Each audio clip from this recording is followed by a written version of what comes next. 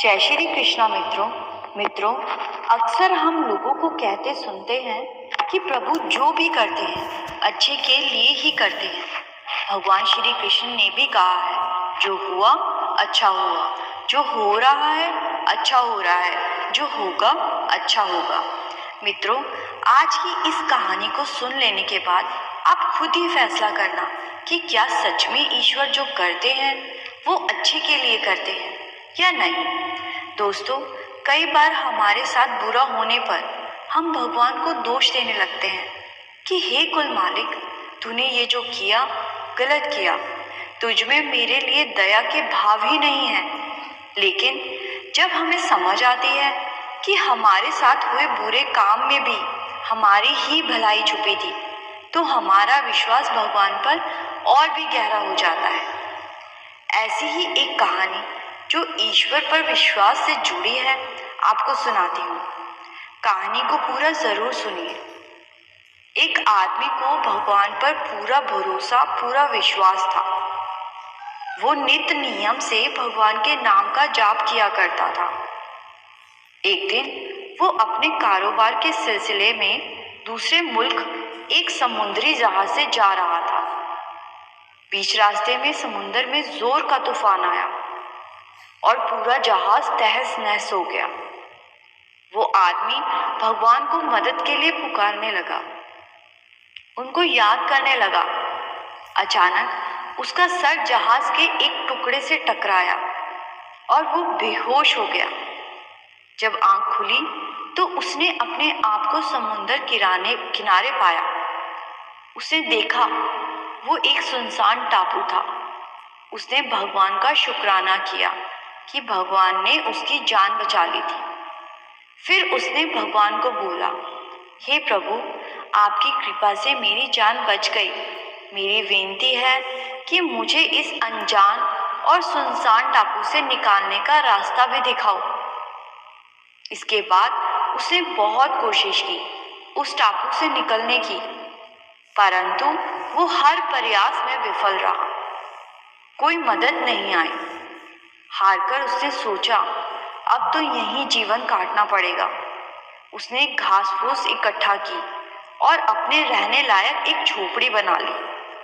फिर एक दिन वो भोजन की तलाश में टापू के अंदर गया और जैसे ही वापस लौटा, उसने देखा उसकी बनाई झोपड़ी जल रही थी। वो बहुत मायूस हो गया।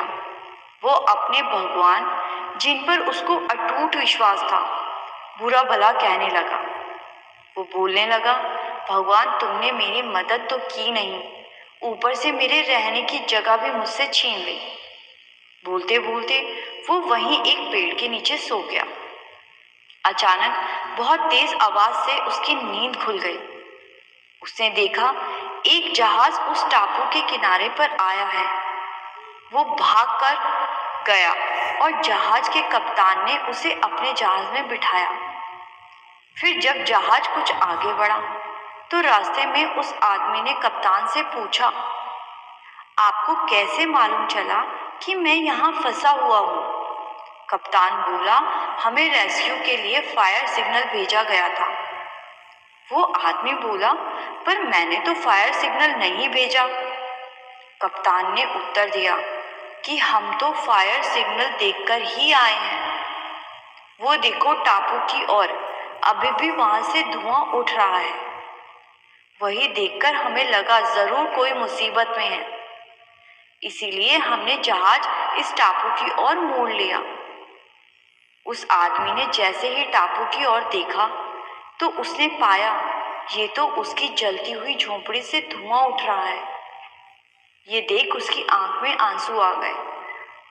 जिस भगवान को कुछ समय पहले वो बुरा भला बोल रहा था, अब उसे एहसास हो गया कि मेरी झोंपड़ी क्यों जली थी। प्रभु ने उसकी सहायता भेजने की प्रार्थना सुनकर उसकी झोंपड़ी जलाकर समुद्री जहाज को उसके इस द्वीप में फंसे होने का संकेत दिया था। वो रोने लगा और मन ही मन भगवान से माफी मांगने लगा। वो समझ गया कि भगवान कभी किसी के साथ बुरा नहीं करते। हमारे घाटे में भी कभी कहीं ना कहीं अच्छाई ही छुपी होती है। मित्रों, अब आप ही फैसला करो कि ये बात सच है या नहीं, कि भगवान जो करते हैं अच्छे के लिए ही करते हैं।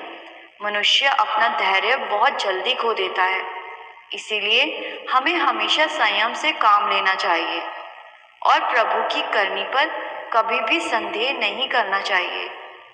भगवान ने सृष्टि की रचना की है। भगवान को पता है सृष्टि के जीवों के लिए क्या अच्छा होता है और क्या बुरा। बुरा वक्त सबका आता है। इसका मतलब ये नहीं कि भगवान पर विश्वास करना छोड़ दो। जैसे हर रात के बाद एक सवेरा होता है, वैसे ही हर बुरे वक्त के बाद अच्छा वक्त आता है। हमें विश्वास और सब्र करना चाहिए। दोस्तों, मैं आशा करती हूँ ये कहानी आपको अच्छी लगी होगी।